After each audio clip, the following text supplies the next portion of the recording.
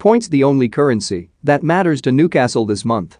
They have been called the richest club in the world, but money is not the answer to Newcastle United's problems. Eddie Howe's team have too few points in the bank. That is the only currency that matters at the moment. It makes them Premier League paupers. The reality of the situation is reflected in the club's approach to the transfer market.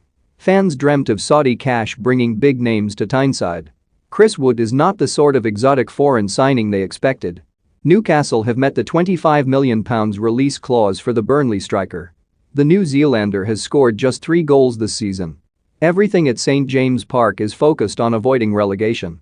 The view is that the second half of the season boils down to a 5-team mini-league.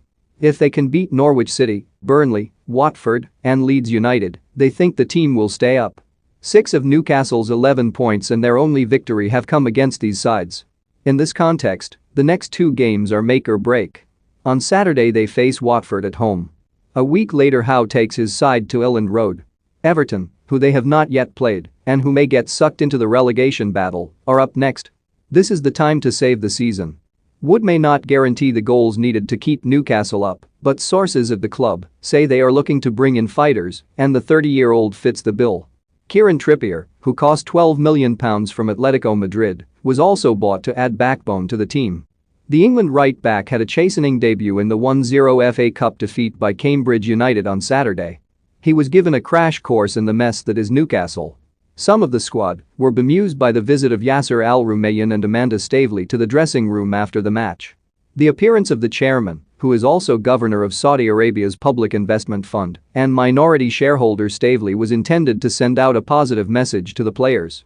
Others interpreted it differently, seeing it as another example of the naivety of those in charge. Kieran Trippier's Newcastle debut ended in an FA Cup loss to Cambridge United. It did nothing to strengthen Howe's credibility.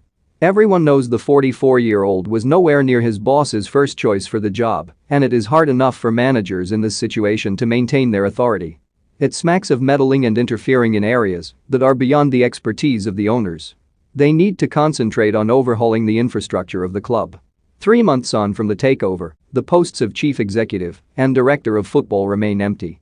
Stavely did not foresee Steve Nixon, the head of recruitment and a holdover from the Mike Ashley era, still being involved in the transfer window.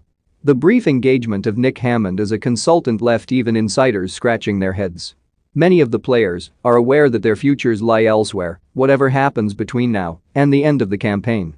The new regime recognizes that it cannot expect maximum effort from a proportion of the squad. Newcastle was broken under Ashley. The club is a long way from being fixed. Part of the thought process in signing Wood was to deny Burnley a weapon in the battle against the drop. Cynics will wonder if it might not have been better to leave a striker who has only scored 3 times this season in place at Turf Moor, but Callum Wilson's injury forced the issue. Availability, more than desirability, is taking precedence in the transaction. On the positive side, Wood, like Trippier, has a mental toughness that many of his new teammates lack. That is more important than quality right now. The links with Sevilla's Diego Carlos and Reims striker Hugo Ekitike are intriguing. Howe is desperate to stiffen up the defense, and 28-year-old Carlos has underlined his credentials in La Liga. Foreign imports often take a while to adjust to the pace and physicality of English football. Newcastle need the Brazilian to assert himself immediately if he pitches up on Tyneside.